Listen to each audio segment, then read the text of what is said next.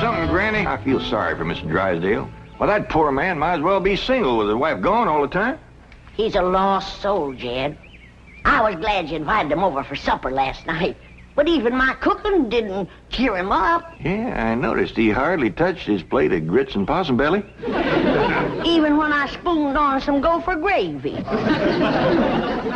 didn't perk up till after supper and Pearl started playing and singing. Don't tell me he liked Pearl's bellering. It wasn't bellering, it was yodeling. Well, it curdled the milk clean out to the kitchen. Oh, I've thrown shoes at tomcats that made prettier music than Pearl. I sure wish you two women would get along together. We ain't gonna get along together till she learns to stay out of my kitchen. I bet she's in there right now, sticking her long nose into my pots and pans. 5 days. If she is... Now, Granny, you just cool down. Really, me, Jeff Green, what in the world have you been doing? Playing ball with some fellas down in the pasture. What's that thing? Well, this here's what you call a football helmet. Ellie Mae, I'm pretty near positive that a ball gown ain't for playing ball in. Well, the fellas seem to like it, didn't they, Jethro? They sure do, Uncle Jed. They's waiting for us right now to get some money to buy a new football. What happened to that one? Well, Jethro was going to throw me a pipe. But I grabbed it too hard, and it busted. I ain't gonna give you the money for another one. Oh, heck. Well, that's all right, Jethro. Remember, they said they'd be just as glad to play with us without a football. Come on.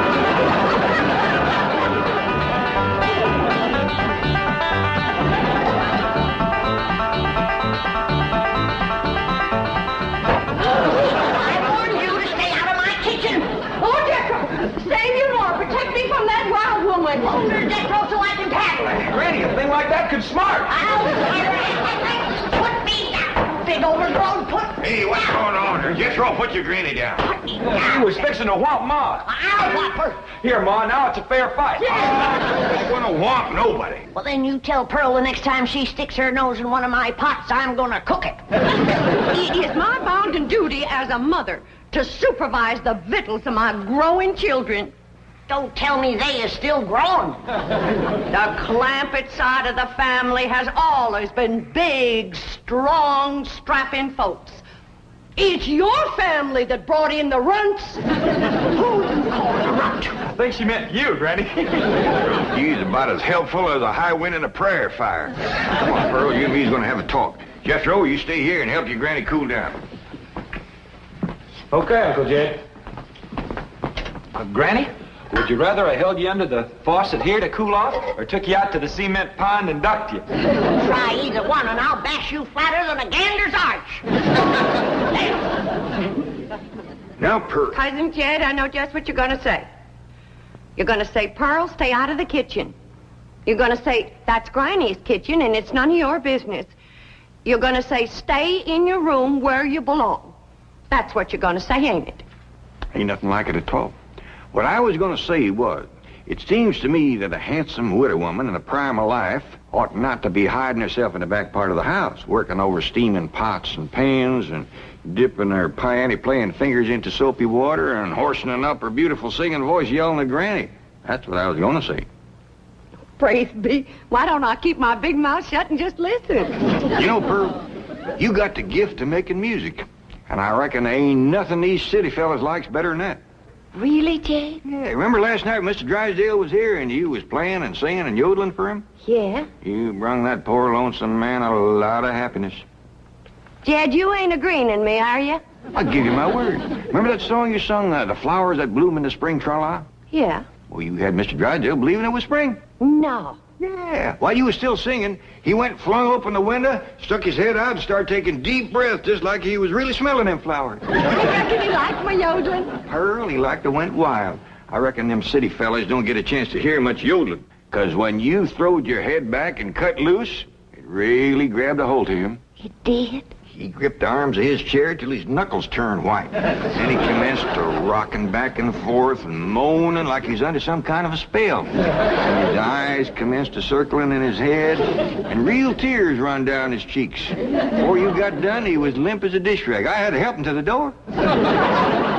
Uncle Jed, I can't seem to do nothing to cool Granny off. Ain't no need to, Jethro. Your pretty, young, piano-playing Ma has decided not to hide herself away out in the kitchen. That's a good idea, Ma, because Granny, she'd find you and whomp you. Well, we'll see about that. Well, you stay out here and practice playing and singing and yodeling. I'll take care of Granny. I wonder if I should have told Uncle Jed that Granny's waiting behind the door with a skillet to whomp the first person that sets foot in her kitchen. I reckon I should have. Jed, I'm sorry. I thought it was Pearl coming in. Granny, you done shortened me. I'll make a poultice for your head right away now, Jed. Right away. I'm telling you, Granny, you don't have to worry no more about Pearl coming in your kitchen. She's going to be spending her time getting herself a husband with her singing and yodeling. Jed, it ain't legal to torture a man into marrying you. You just don't realize the power Pearl's yodeling's got over men. Last night, Mr. Drysdale like to went wild. Pretty near drove me crazy, too. He loved it, Granny. I bet you he's got that yodeling ringing in his ears right now. I can still hear it. An unearthly screeching. Now, Chief, surely it wasn't that bad. Well, I can best describe it as the sound a woman might make if she were having her appendix removed without an anesthetic. Milburn, darling. Margaret, I'm so glad to have you back, dear. What a cunning hat, dear. Is it you? Welcome home, Mrs. Drysdale. Thank you. Milburn, I have the most marvelous news. I'm going to a health farm in Arizona. What? Some women were talking about it on the plane. It's terribly chic, quite expensive, and you don't need any willpower. They just force you to be healthy. The doctors are all deliciously mean. But, Margaret, you are healthy. Every doctor in the United States says you're healthy. But, dear, this is different. They reduce you as well. Margaret, if you want to lose weight, just stay home and we'll have dinner at the Clampetts every night. Now, you can't eat the food, but you won't leave hungry. Because Cousin Pearl will yodel your appetite away. But, Milburn, it's so fashionable to go to a health farm. Oh, Margaret, please stay home and run the place for a while. You have plenty of servants. Yes, but we have no one to manage the place. And with both of us away most of the time, the servants are asleep on the job. Well, just hire a good, efficient housekeeper. Oh, yes, just try and find one. Oh, Margaret, please stay home. All right. That's the way you feel. Miss Hathaway. I'll stay home, just as you wish. That's my darling. Yes, Mrs. Drysdale? Telephone the pharmacy and have all my prescriptions refilled. And call my psychiatrist, my neurologist, my internist, and my osteopath and have them come over. Oh, and I'll need nurses around the clock. I just know the servant problem's going to bring on a nervous breakdown. All right. Go to the health farm. No. My place is at home. Please go to the health farm. All right. If you're sure that's what you want. Oh, I want it. Milburn, I promise to come back a new woman. Goodbye. Just think, Milburn, you'll have a young, glamorous wife. Slim, trim, beautiful. All right. Start looking for a new housekeeper. Won't do any good, Chief. We've been through this. Mr. Drysdale's office. Who's calling, please? Tell him it's a surprise. Surprise? That's what she says. Milburn Drysdale speaking. What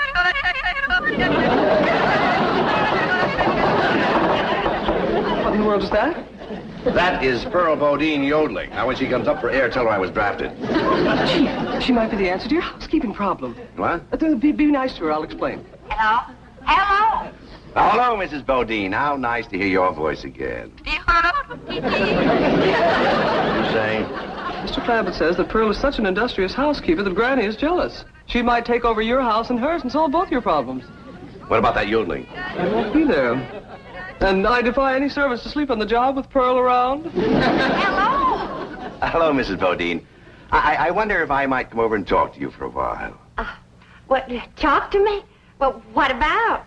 Well, I think you may be just the woman I've been looking for. Yeah. To take over the running of my house? Well, yes. Come right ahead. Can we say 3 o'clock? Let's say 2. Goodbye.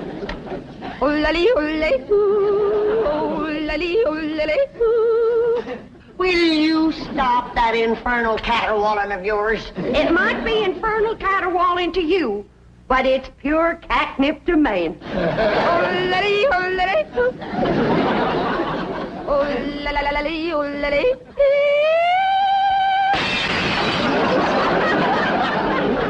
Why, looky there.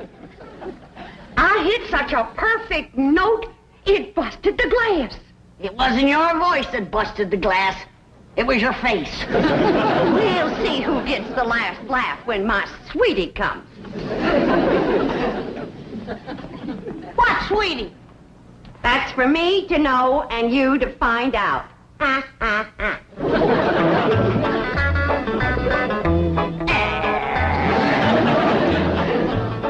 Sure is nice of you to share your soap with Miss Drysdale. Well, with my lye soap, she'll be happy to stay home and do her housework. Granny, the most powerful batch of soap that you ever made. Just a breeze blowing the back on me on the way over here has got me crying. I make a big soap to do a big job.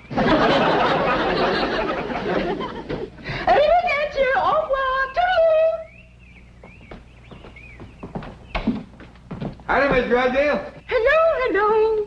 Goodbye. Where are you going? Milburn is sending me to a help farm. Martin, are we loaded? Yes, ma'am. Well, let's fly. Just a minute, Miss Drysdale. Granny and me brung you something. Yeah, honey. Take a good whiff of this. How nice of you. Tell the gardener to spade it in around the rose bushes. Toodaloo. Oh, just a minute, ma'am. Granny and me'd like to talk to you. I haven't time. The sooner I go, the sooner Milburn will have his new wife. Did you say new wife? Completely new. Young, glamorous, slim, trim, and beautiful. Oh, Martin, did we like my medicine? 16 bottles, Mrs. Drysdale. Drive on. Toodaloo.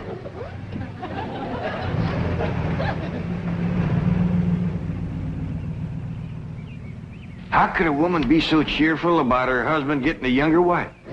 You heard her. She's loaded. Yeah, both of them. Sued to the gills. Who do you reckon is the woman that busted him up? Hard to tell, Granny. There's so many young, beautiful women out here. Yeah, probably one of them glamorous movie stars.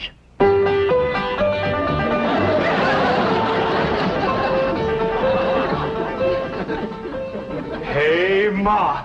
You sure are all fancied up. Do I look like one of them glamorous movie stars? Yeah, by golly, you do. Which one? Milton Sills. Go on and get out of here. Now listen. You find your sister Jethrine and your cousin Ellie Mae and tell them to start practicing to be bridesmaids for my wedding. Are you getting married, Ma? Well, it ain't official yet, but I sure got him anxious. Get going.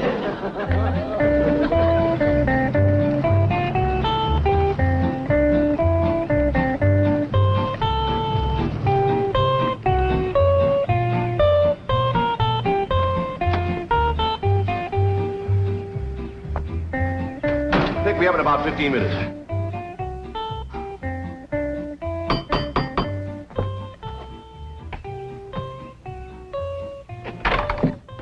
Oh, Mrs. Bodine. Why, Mr. Drysdale, you are anxious. If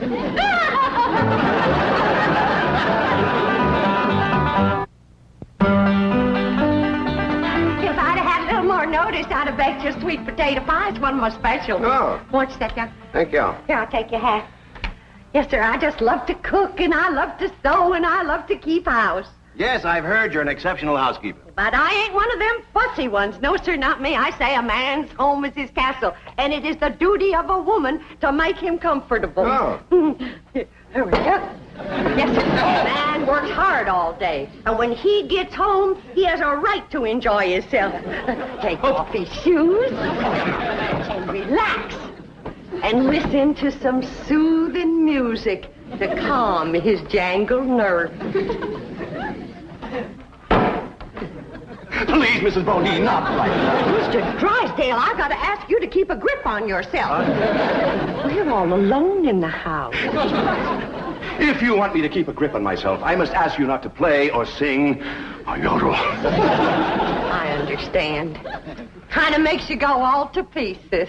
Yes, it does. Well, you just come on back and you sit down. Why, Mr. Drysdale, you're perspiring. Why, you got to get relaxed. Oh, please. A man can't say what's on his mind unless he's resting easy. Land sakes. And with that tie and collar a-choking you, it's a wonder you can talk at all. Oh, Mrs. Bodine, I'll be all right. Really, I will. Mr. Drysdale, you got a hole in your stocking. Oh, it's nothing to be ashamed of. When a man ain't got a woman around to care for him, them things is bound to happen.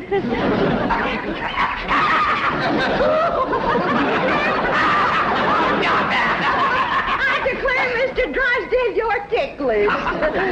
Now, look, I'm gonna let you sit easy, and I'm gonna darn that up before you know it. Oh, Mrs. Bodine, no, really, I can manage. No, I ain't taking orders yet. No, please, give me back my sock. Now, give me my I sock. know how to handle you.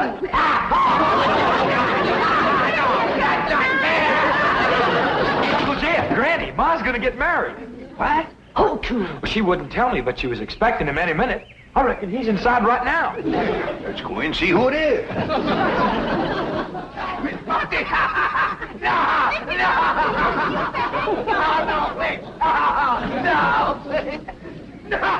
Mr. Buffy! Mr. Drysdale. I reckon Pearl is a young, beautiful woman that busted up his marriage. What? It's been her singing and yodeling that drove him to it. Mr. Drysdale. Mr. Clampett, it was just, your cousin and I were... Oh, no, we weren't.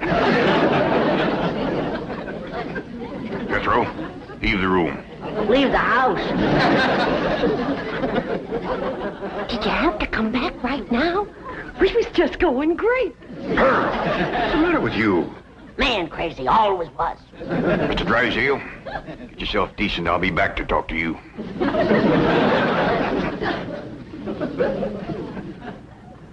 Shame on you! You too, Pearl, you homewrecker. I don't know what you're talking about. You told me that Mr. Drysdale was crazy about my yodeling, so I called him at the bank, and I yodeled, and he come a-running over here to see me. You done yodeled your way twixt Mr. Drysdale and his wife? Wife, I didn't know he had a wife. Well, he has. The sweetest, kindest, nicest, drunkenest woman you ever saw. You done sent her to the farm. Put her out to pasture so he can marry you. You seen her leave? Oh, she knows about you, Pearl. Said her husband was going to get a new wife. Young, glamorous, slim, beautiful. Jed, that can't be Pearl. You're forgetting what a powerful spell her voice throws on a man. Now, Pearl, I'm going back in there and try to talk some sense to Mr. Drysdale. Whatever you do, don't yodel.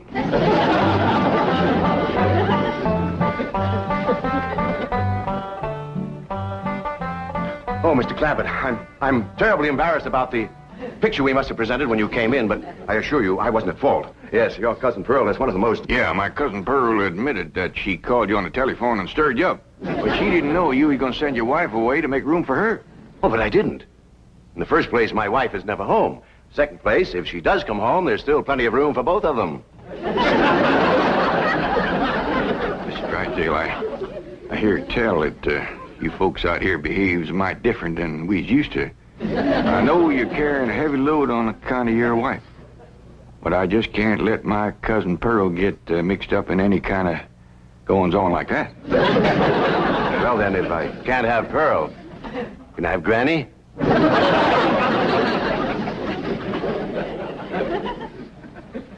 Lord love you. You're a desperate man. What are they saying? How can I hear when you keep pestering me?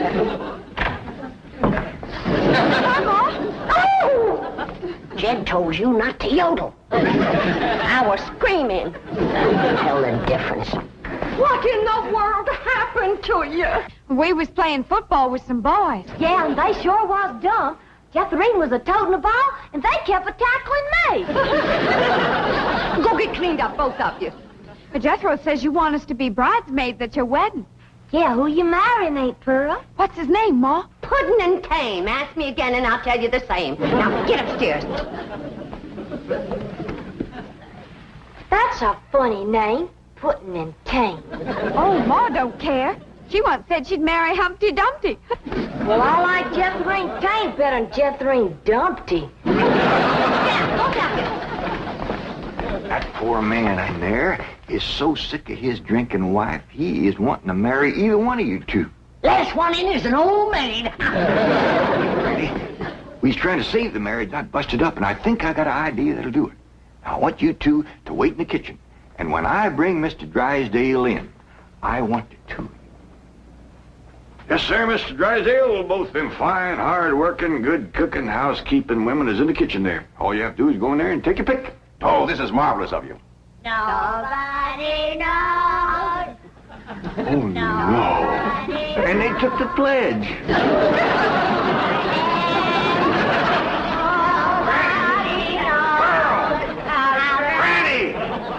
Well, look who's here. It's old Jed himself. And there's Milburn, baby. You fellas want to dance? Come on, let's have a little dance. Come on now. You can't dance with her. Why not? It's all downhill. Take your pick now, Mr. Drysdale, while I can still walk over to your house. Oh, he's gonna pick me. Ain't you, sweetie Milburn? Oh, no, he ain't. He's gonna take me, ain't you? You get your banker grabbing hands off of him. Will you shove it, fella? Will you shove it, huh? I'll show you. Shove it there.